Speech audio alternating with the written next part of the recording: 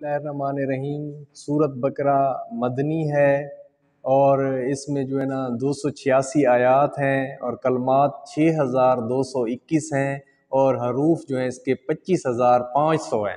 تو آج ہم دیکھ رہے ہیں سورت بقرہ کی 16 سے 20 آیات ہم دیکھیں گے۔ اولئک الذین اشتروا الضلالۃ بالہدی فما ربحت تجارتہم وما کانوا مہتدین۔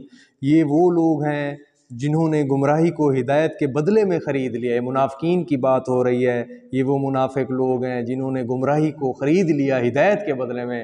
اللہ اور اس کا رسول جو ہے وہ ہدایت دینا چاہتے ہیں اس کو، اور وہ ہدایت لینا ہی نہیں چاہتے۔ تو کیسے لوگ ہیں بد قسمت؟ تو وہ دیکھیں اب، پس نہ تو ان کی تجارت نے ان کو فائدہ پہنچایا اور نہ یہ ہدایت والے ہوئے۔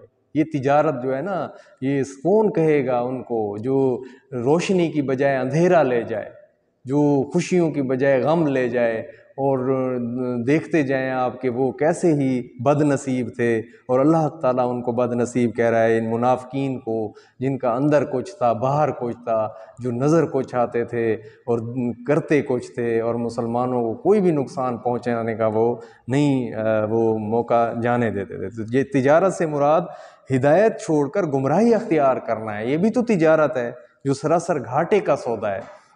منافقین نے نفاق کا جامہ پہن کر یہی گھاٹے کی تجارت کی، لیکن یہ گھاٹا آخرت کا گھاٹا ہے۔ ضروری نہیں کہ دنیا میں اس گھاٹے کا انہیں علم ہو جائے، بلکہ دنیا میں تو اس نفاق کے ذریعے سے جو انہیں فوری فائدے حاصل ہوتے تھے اس پر وہ بڑے خوش ہوتے، اور اس کی بنیاد پر اپنے آپ کو بہت دانا اور مسلمانوں کو عقل و فہم سے عاری سمجھتے تھے۔ کوئی بات نہیں، وقتی فائدہ ہو جاتا تھا، تھوڑا نقصان پہنچا کے وہ وقتی فائدہ حاصل کر لیتے تھے، لیکن وہ ہدایت جیسی دنیا کی قیمتی ترین چیز سے جو ہے نا وہ محروم ہو گئے۔ تو یہ آنے والی نسلوں کے لیے، قیامت تک کے انسانوں کے لیے ایک درس ہے کہ کبھی منافقت نہ کرنا ہے۔ عام زندگی میں بھی منافقت نہ کرے انسان، کہ باہر سے کچھ ہو، منہ پہ ملے، خوش ہو کے ملے اور گن گائے تعریفیں کرے، اور پیٹھ پیچھے برائی کرے، اور پیٹھ پیچھے جو ہے نا وہ برا بھلا کہے، نقصان پہنچائے، اور وہ جو ہے نا وہ نفاق رکھے۔ وہ یہ نہیں ہونا چاہیے۔ تو ایسے لوگوں کو اللہ سخت ناپسند کرتا ہے۔ اس وقت بھی 1450 سال پہلے بھی ناپسندیدہ تھے، آج بھی ناپسند ہے، اور ہدایت سے محروم رہتے ہیں۔ تو ہدایت تو وہ چیز ہے جب انسان جو ہے نا نیکیاں کرتا ہے، اللہ کی طرف جاتا ہے، اللہ تعالیٰ اسے نیک اعمال کرواتا ہے، تو ساری چیزوں سے وہ محروم ہو جاتا ہے، اسلام کی وہ بھلائیوں سے محروم ہو جاتا ہے، وہ جو ہے نا اللہ کے سامنے جھکنے سے محروم ہو جاتا ہے۔ جب ہدایت نہیں ملتی تو پھر انسان کچھ نہیں کر پاتا۔ تو یہی چیز بتائی گئی۔ اچھا، ان کی مثال ایسے ہے کہ جیسے مثلہم کمثل الذی استوقد نارا فلما اضاءت ما حولہ ذہب اللہ بنورہم وترکہم فی ظلمات لا یبصرون۔ تو ان کی مثال اس شخص کی سی ہے جس نے آگ جلائی، پس آس پاس کی چیزیں روشنی میں آئی ہی تھیں کہ اللہ تعالیٰ نے ان کے نور کو اللہ لے گیا اور انہیں اندھیروں میں چھوڑ دیا جو نہیں دیکھتے۔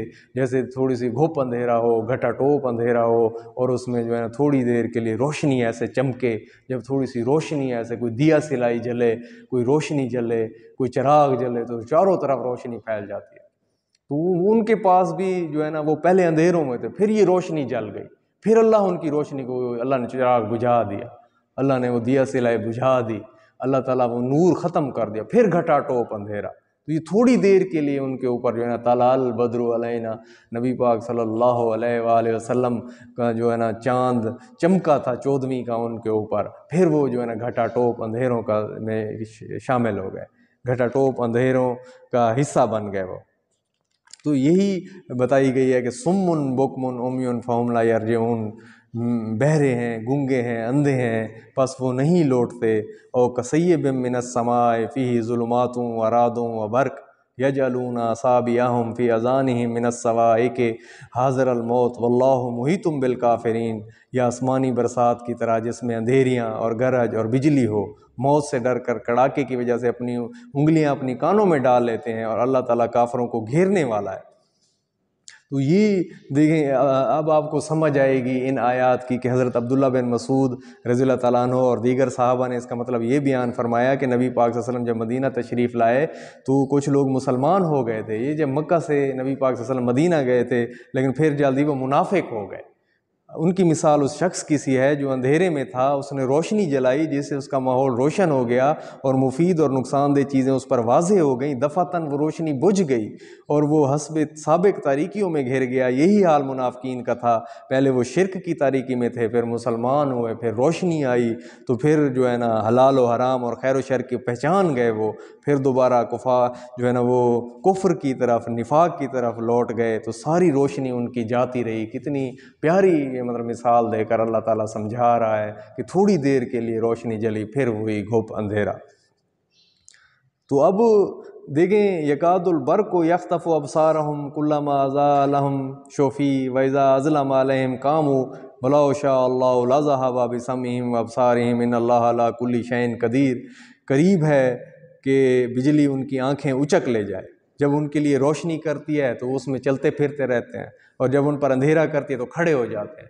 ایک چلتا ہوا ایک گھٹا ٹوپ اندھیرے میں، جنگل میں، پہاڑ میں، اندھیرا ہی اندھیرا ہے، بندہ چل رہا ہے، پھر اس کے بعد جو ہے نا ایک دم سے روشنی، وہ جو ہے نا روشنی ہوتی ہے، روشنی میں وہ چل رہا ہے، پھر روشنی ختم ہو جاتی ہے، وہیں ٹھہر جاتا ہے، پھر روشنی ہوتی ہے، پھر چلنے لگتا ہے، پھر روشنی ختم ہوتی ہے، پھر وہ وہیں پر ٹھہرا رہتا ہے۔ ٹھیک ہے، اللہ تعالیٰ بھی یہی کہہ رہے ہیں کہ جب یہ نا تو اس میں چلتے پھرتے ہیں، جب ان پر اندھیرا کرتی ہے تو کھڑے ہو جاتے ہیں، اور اگر اللہ تعالیٰ چاہے تو ان کے کانوں اور آنکھوں کو بیکار کر دے، اور اللہ تعالیٰ ہر چیز پر قدرت رکھنے والا ہے۔ یقیناً اللہ تعالیٰ ان اللہ علی کل شیء قدیر، ہر چیز پر قادر ہے اللہ تعالیٰ۔ تو یہی کہا گیا ہے کہ اللہ چلاتا ہے، اللہ ہاتھ پکڑتا ہے، اللہ تھامتا ہے۔ اللہ تعالیٰ اگر نہ انسان کو ہدایت دے، نہ توفیق دے، دیکھیں اگر اللہ تعالیٰ کی طرف سے توفیق نہیں ملے گی نا انسان کو، تو مسجد کے اندر لوگ جاتے ہیں، واش روم استعمال کرتے ہیں، پھر واپس لوٹ جاتے ہیں، نماز نہیں پڑھتے، توفیق نہیں ہے ان کو۔ میں آپ لوگوں کے گھر آپ کی اجازت کے بغیر نہیں آ سکتا، آپ میرے گھر میری اجازت کے بغیر نہیں جا سکتے، تو اللہ تو سب سے بڑا ہے، اس کے گھر اس کی اجازت کے بغیر کون جا سکتا ہے؟ خانہ کعبہ میں کون جا سکتا ہے؟ یہ اس کی اجازت ہے، وہ ہاتھ پکڑتا ہے، وہ رستے دکھاتا ہے، وہی آپ کو کھڑا کرتا ہے اندھیروں میں، پھر روشنیاں لاتا ہے۔ ٹھیک ہے، روشنیوں کو اندھیروں میں بدلتا ہے، اندھیروں کو روشنیوں میں بدلتا ہے۔ تو اس لیے انسان کو جو ہے نا اس کے اندر نفاق، فسق، فجور، یہ چیزیں اس کے اندر نہیں ہونی چاہیے۔ یہی قرآن مجید کا درس ہے، یہی ہم مسلمانوں کے لیے کہ ہم جو کچھ باہر ہوں، ہماری صورت، ہماری سیرت نبی پاک صلی اللہ علیہ وسلم کے طریقے کے مطابق ہو جائے۔ یہ منافقین کے دوسرے گروہ کا ذکر ہے جس پر کبھی حق واضح ہوتا تھا، کبھی اس کی بابت وہ ریب و شک میں مبتلا ہو جاتے تھے۔ پس ان کے دل ریب و تردد میں اس طرح بارش کی طرح ہیں جو اندھیروں، شکوک، کفر، نفاق میں اترتی ہے۔ گرج چمک سے ان کے دل ڈر جاتے ہیں، حتیٰ کہ خوف کے مارے اپنی انگلیاں اپنی کانوں میں وہ خوف سے ٹھونس لیتے ہیں، لیکن یہ تدبیریں اور یہ خوف و دہشت انہیں اللہ کی گرفت سے نہیں بچا سکے گی، کیونکہ وہ اللہ کے گھیرے سے نہیں نکل سکتے۔ کبھی حق کی کرنیں ان پر پڑتی تو ہیں تو حق کی طرف جھک پڑتے ہیں، لیکن پھر جب اسلام یا مسلمانوں پر مشکلات کا دور آتا ہے تو پھر حیران و سرگرداں کھڑے ہو جاتے ہیں، مدد نہیں کرتے، پیچھے لوٹ آتے ہیں۔ کتنی بار وہ جو ہے نا عبداللہ بن ابی، رئیس المنافقین، دوسرے منافقین جو ہے نا جنگ میں جاتے تھے، اپنے 300 ساتھیوں کے ساتھ دوبارہ لوٹ آتے تھے، جب لڑائی کا وقت ہوتا تو اس وقت میں چھوڑ دیتے تھے وہ۔ منافقین کا یہ گروہ آخر وقت تک تذبذب اور گومگو کا شکار اور قبول حق کے اسلام سے محروم رہتا ہے۔ ایک آیا کہ اسلام کریں نہ کریں، یہ نہ کریں، تو اس طرح پھر واپس لوٹ جاتے ہیں، اور اللہ کی طرف سے وہ نہایت ہی بد نصیب تھے، دیکھیں اب چلے گئے ہیں، لیکن ان کی باتیں ہیں اور ہمیشہ کے لیے خسارہ اٹھا کے چلے گئے۔ اگر نبی پاک صلی اللہ علیہ وسلم کی بات مان لیتے تو اللہ تعالیٰ ان کو دنیا میں بھی سرخرو کرتا اور آخرت میں بھی کرتا، اور ہمیں بھی نبی پاک صلی اللہ علیہ وسلم کی ان باتوں کے اوپر، قرآن کی باتوں کے اوپر عمل پیرا ہونا چاہیے۔ ہمیں بھی عمل پیرا ہونا چاہیے کہ ہم بھی اس کفر و نفاق سے بچ جائیں اور ایک اللہ کے ماننے والے بن جائیں۔